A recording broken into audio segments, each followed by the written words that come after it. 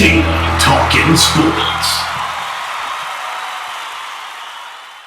What is going on, football fans? Back at it with another New York Giants video. And in this video, I'm going to kind of recap what the New York Giants did in free agency and how it set them up, not just for the draft, but for future years, especially the way that they structured some of these contracts. And I want to go over some of the needs that they have had going into free agency, some of the needs they addressed, and how it could set them up potentially for this year's draft and future drafts for that, for example. And like I've said countless times, I don't care what ESPN says.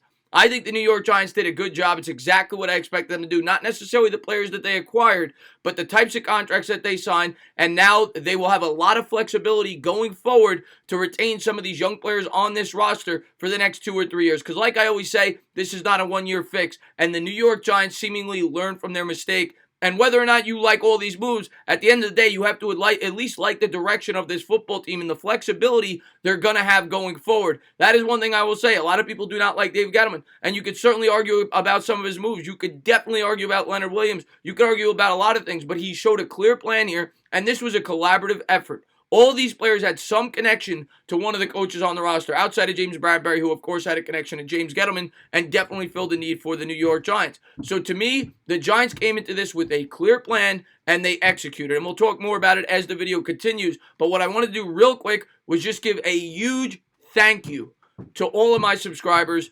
You guys have been blowing up my streams. You've been watching all my videos. I want to say thank you to all you guys. And I want to give a special shout out to all my new members. Now, the problem is the last time I did one of these, I forgot the last name I left off with. So I want to give a quick shout out as quickly as I could to all the members of my channel. I'm now up to 38. And one thing I want to announce is that only once a month, because I don't want anybody to feel excluded. On the first of every month, I'm going to do a live stream specifically for my members where I do a giveaway.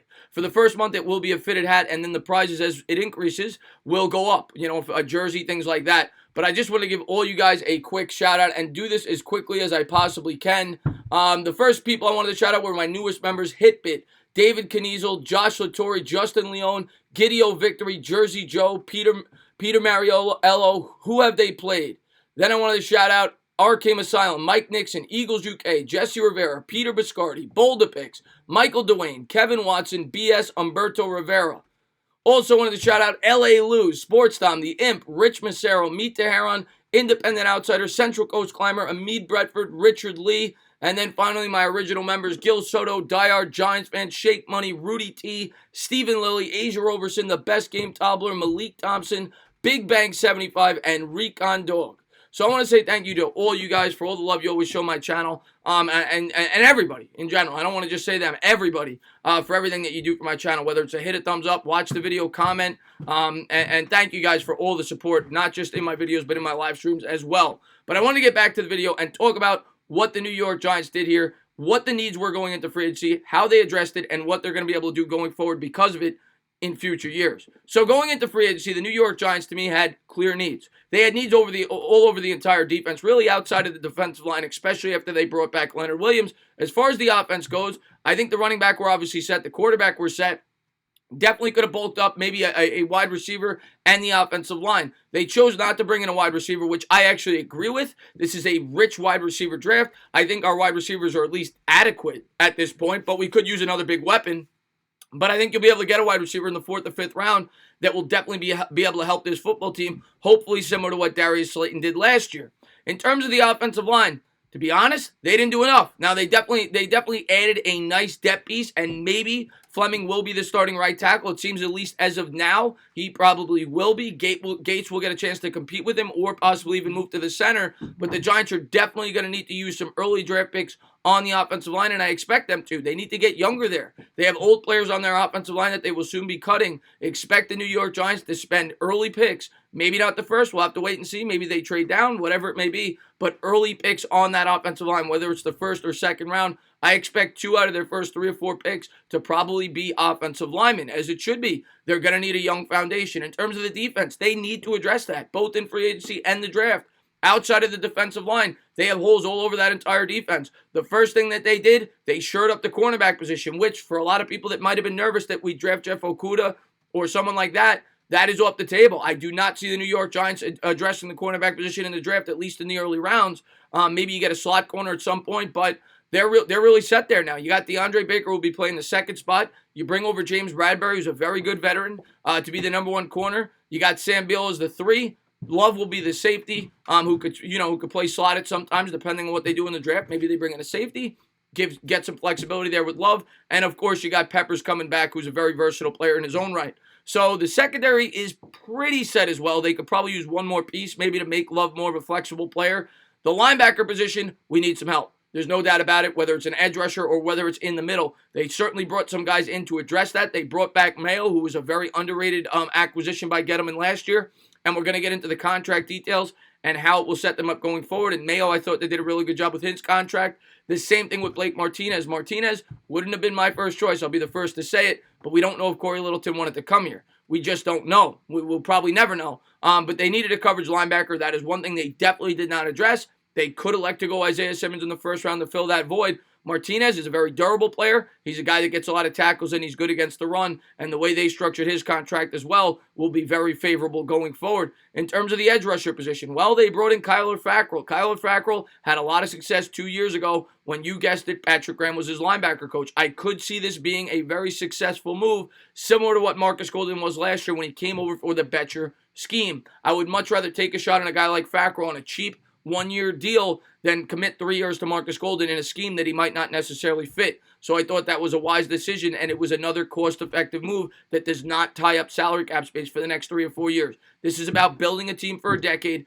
not for 1 year. And it seems like the New York Giants learned their lesson from the 2016 offseason. Yes, if we went out there and made 3 splash signings, it would have made the team better this year, but it's going to tie up your cap space, and as those players get older, your team will not progress. So I think the Giants did a smart thing here by bringing in the 6 players that they did and bringing back some of the players from last year's roster, whether it was Cody Core helping the special teams, David Mayo giving you some linebacker depth. In terms of the players they brought in Levine Toilolo, who I think is a very good blocking tight end. The Giants are going to want to run the ball. He's known for his run blocking. He'll play in some 2 tight end sets. He filled the void for Red Ellison. They also obviously brought in James Bradbury, the guy who will be the number 1 corner. We've talked about him. Blake Martinez filled in for the void. Obviously, they're at the middle linebacker spot. That was after Alec Ogletree departed, and they're very similar in that aspect. They definitely still need some help though in terms of coverage. Cam Fleming will possibly start at the right tackle position. We'll have to wait and see what they do in the draft. Fackrell, we talked about, and Nate Ebner, who will definitely help the special teams unit, something that Joe Judge is known for. And with bringing back Cody Core and Ebner, I expect the Giants to have a very strong special teams unit. So they definitely filled some holes. Did they fill all of them? No. Can you argue they didn't fill the most important? Yes, but maybe they will use the draft to fill those areas of need. The Giants did not go out wild like they said they wouldn't. They filled in some holes. They didn't fill in all of them. And you can't fill in all of them. We had too many holes to begin with. I also want to go over future cap space and what they did in terms of structuring these contracts. So let's jump right into it. First thing I wanted to show you guys was next year's cap space. This was very important to me, to give the Giants flexibility going forward. I didn't think that this team was ready to compete for a Super Bowl next year, and neither did the New York Giants. They said we're going to improve over time and have cap space to bring in the players that we see fit on long-term deals when we're ready. I think that is the plan. I think that's been the plan from the start. They also need cap space to extend players like Saquon Barkley and Daniel Jones down the line. Well, if you look here, this is actually probably off because this is projected off at $221 million. From everything we've heard, the salary cap is going to be about $230, so tack on an additional $9 million to that $84 million. The Giants right now, without backloading contracts and things of that nature, but as of now, would have about $93 million, and that's before potential cuts. And there are certainly some of them, including Nate Solder, that would free up an additional $14 million on the cap. But what the Giants really did well here was the structuring of these contracts, because they knew that they weren't going to spend big this offseason. They knew that they're going to want to spend big in the future. So they want to have as much cap space as possible with the huge increase in cap and the front loading of contracts this year to really load up next year. And by loading up, that doesn't even necessarily mean bringing in 2 or 3 big pieces. It could again mean bringing in one more big impact player and extending these players like Saquon Barkley before their market value is way too high. I've talked about this in the past. The salary cap goes up every year, and next year paying it, Saquon Barkley will say $18 or $19 million a year. Might sound crazy, but if you wait 2 more years, he's going to cost you $21, $22, $23 million. the market is only going to go up. You'd also be extending Barkley while he's still playing in the prime years of his career. Like I've said, if you wait the full 5 years and then we're not franchising Barkley. People who think that's a realistic possibility, it's not going to happen. He will hold out. He's going to be the franchise player of this team. We're not trading him. So if you could extend this guy sooner than later and you're paying him top dollar while he's still giving you production, to me, that is the optimal approach for the New York Giants. Of course, he has to show that he can remain healthy this year, and hopefully he does. But that is an option now because of what the New York Giants did that will be on the table. And I thought they did a great job in that aspect. They could extend players like Barkley. They could potentially extend players like Peppers and still have cap space left over to improve this roster in free agency. Now, when you look at the structuring of these contracts, we'll start with Blake Martinez. Actually, we'll start with Bradbury. Bradbury, it's kind of cut and dry. It was a $45 million deal.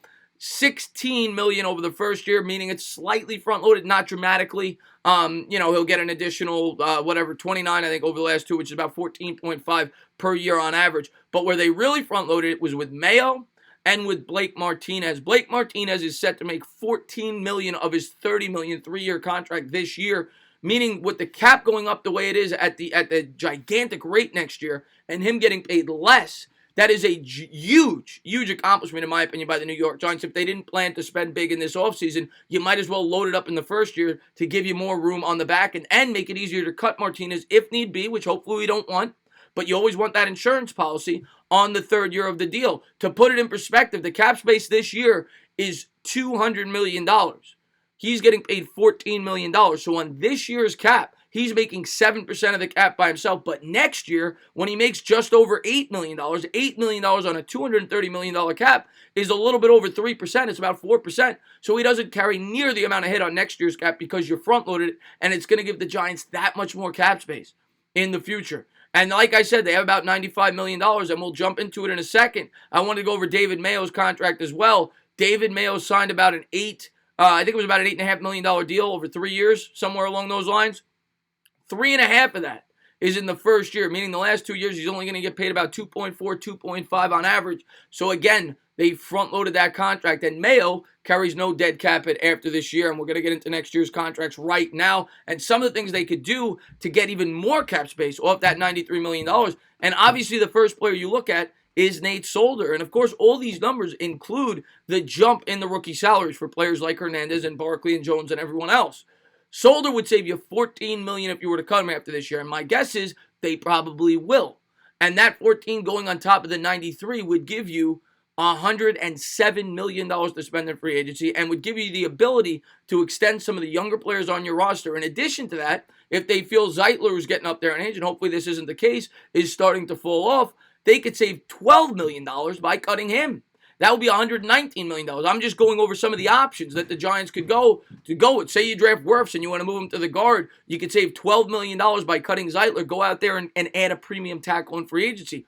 So these are some of the options that the New York Giants have set up because of what they did in terms of front-loading and not going hog wild in free agency. Like I said, you look at Martinez, he's only going to make $8.25 next year and $7.75 in the third year, where he carries, I think, almost no dead cap hit. Toyolo, no dead cap hit. So if he doesn't work out, you don't want him. You save $3 million by cutting him. The same could be said for Pulley, the way that was structured a few years ago. Mayo, only 2.3 on next year's cap, no dead cap hit. So you're seeing all the flexibility that the New York Giants have if some of these players don't work out, to make moves and free up salary to bring in premium players going forward and to extend the players on their roster. In terms of the way that the salary cap is structured going forward, the New York Giants have a very bright future, and I can't get on them. I like what they did. I may not love every move that they made, but I love the plan and I love the direction of this football team. I think the Giants are doing it right. They're going slow and steady, and in the end, slow and steady will win the race. You can't race to success. You have to do it the right way, and the right way is through the draft. Once the team is ready to compete, that is when you spend the big bucks, and I expect the Giants to try to retain some of these players and extend them before their fourth or fifth year of their rookie deal if they think that those players are going to be in the long-term plans for this football team, so you get them on a cheaper rate. You don't fall into the trap that the Dallas Cowboys did with Dak Prescott when they could have paid him 27, 28, maybe 30 a year or two ago. Now they're going to end up paying him 40. The longer you wait, the more you're going to pay. So if the Giants plan on having Saquon Barkley on their roster for a long time, I expect them to extend them, and maybe they extend Daniel Jones the following year. if he's playing well. We'll have to wait and see, but the Giants definitely have a lot of options because the way they structured these salaries and the way that they spent their money in free agency, and it's incredibly encouraging. As always, guys, if you liked what you watched, please subscribe, drop a comment, maybe give me a little thumbs up. Cheers.